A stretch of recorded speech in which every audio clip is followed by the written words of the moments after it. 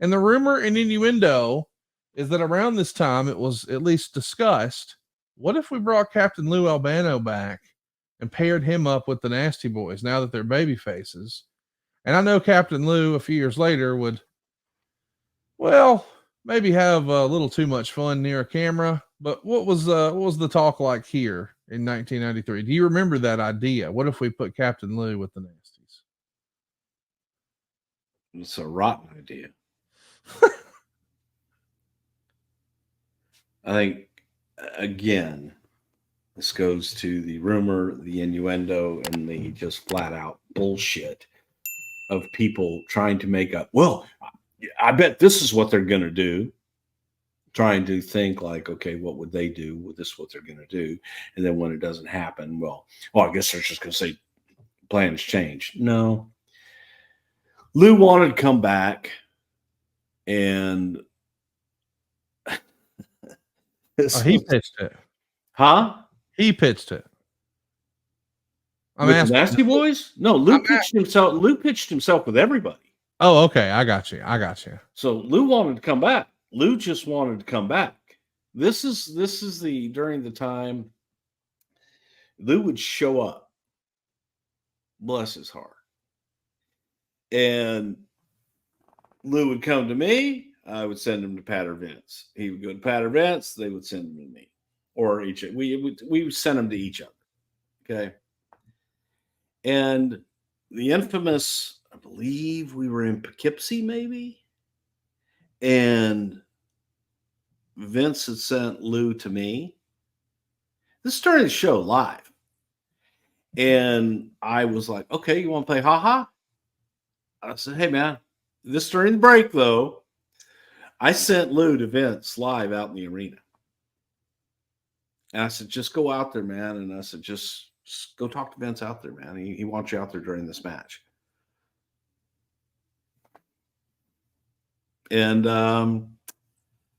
yeah, I got a talking to after that. But no, it was just during the time where Lou was back, man. I think we did something with him and the Head Shrinkers. But it was never, it was okay. We could use Lou over here in this little box, but not anything where we needed to bring Lou on the road and or have Lou involved in anything in a major way. So it was very short-lived. I think it was with the Head Shrinkers. And you know, Lou was a handful, man. Lou was a little difficult to deal with at times. So, but to bring him back, there was absolutely zero conversation about putting him with the Nasty Boys. Now, I'm sure Lou probably felt that was the only way that you got to come back and be the Nasty Boys, baby, and I can do this and I can do that, and now I can do this. It was never entertained in any way, shape, or form. The fact of even bringing Lou back, I think that it was basically just tapping out because he was showing up everywhere, just showing up. And I was like, okay, we'll do this little thing over here and then move on. Well, you said that Lou got himself in a little bit of trouble every now and again. Well, apparently so did the Nasties. They're going to reportedly get suspended after WrestleMania and the post-European tour.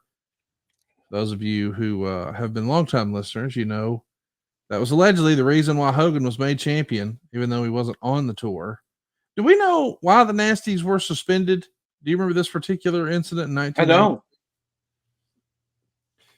Well, it's clear that their days are numbered, or so they think.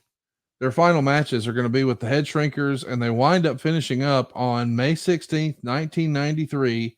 It's a wrestling challenge taping where they would actually pick up a win over Barry Horowitz and Steve Vega. Why did the Nasties leave? Why was it time for them to go learn a new hold? Do you recall? I don't. I'm waiting for you to tell me. I don't know why they left. I know almost immediately they were in WCW and became the tag champs. And was there an incident what were they suspended for? I don't know. I don't either. It was just reported they were suspended, and then like a month later, they're gone. Okay.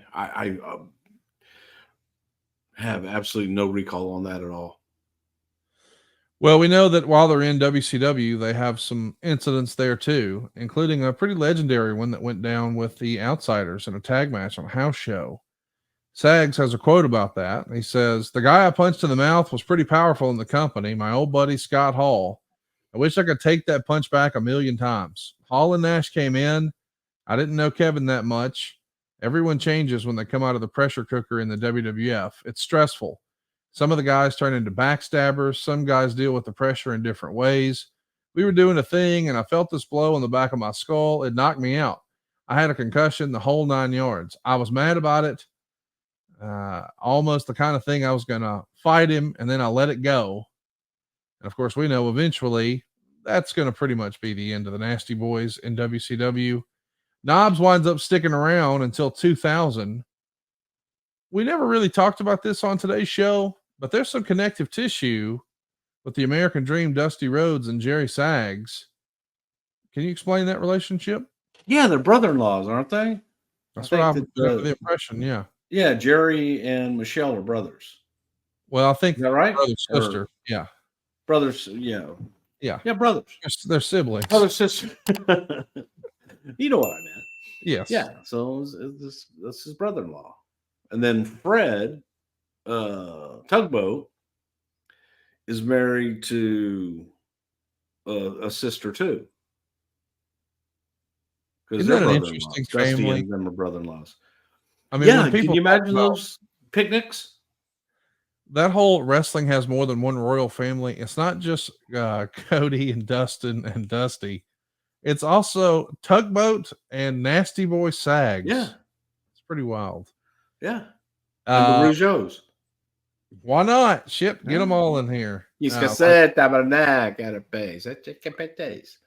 Hey, it's Conrad Thompson here to tell you a little more about what AdFreeShows.com is all about. Get early, ad-free access to more than a dozen of your favorite wrestling podcasts every single week, starting at just $9. That's less than 20 cents an episode each month. And yes, you can listen to them all directly through Apple Podcasts or your regular podcast apps. How easy is that? AdFree Shows also has thousands of hours worth of bonus content and docuseries like Title Chase, Eric Fires Back, Conversations with Conrad, and The Insiders. Plus new series like The Book with David Crockett, Monday Mailbags with Mike Chioda and Nick Patrick, and a whole lot more. And you want to talk about early? You can't get any earlier than listening to the shows live. You can be a part of the live studio audience as we record the podcast. Plus, ride shotgun alongside your favorite childhood heroes for live watch-alongs, Q&As, and other interactive experiences every single month. Come on now, see for yourself what thousands of other wrestling fans from around the world have discovered, that AdFreeShows.com is the best value in wrestling. Check it out today, and hey, when you do, the first week is completely free. AdFreeShows.com.